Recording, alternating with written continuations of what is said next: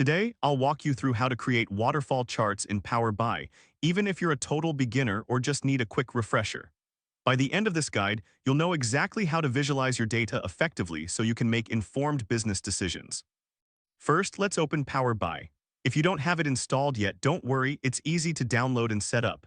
Once you have Power BI open, take a moment to familiarize yourself with the interface. It's designed to be user-friendly, so you'll find your way around in no time. Next, navigate to the page or canvas where you want to place your waterfall chart. Think of this canvas as your blank canvas for a painter. You have the freedom to create and arrange your visualizations as you see fit. Now let's move on to the next step. Click on the Visualizations pane, which is typically located on the right side of your screen. This pane contains various chart options that you can use to represent your data.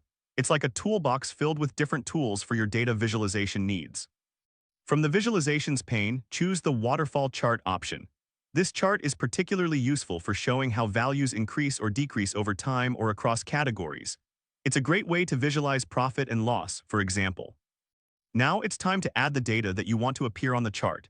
Simply drag and drop the relevant fields from your data model into the appropriate areas in the visualization settings.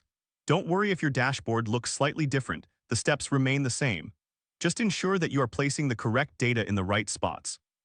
Once you've added your data, you should see your waterfall chart populate with the information. Take a moment to review it. You can customize colors, labels, and other settings to make your chart visually appealing and informative. And there you have it. You've successfully created a waterfall chart in Power BI. This visual representation will help you and your team better understand the dynamics of your data, making it easier to communicate insights and drive decisions. If this helped you out, please give the video a thumbs up. If you run into any issues, leave a comment below. Subscribe for more actionable guides. Thanks for watching.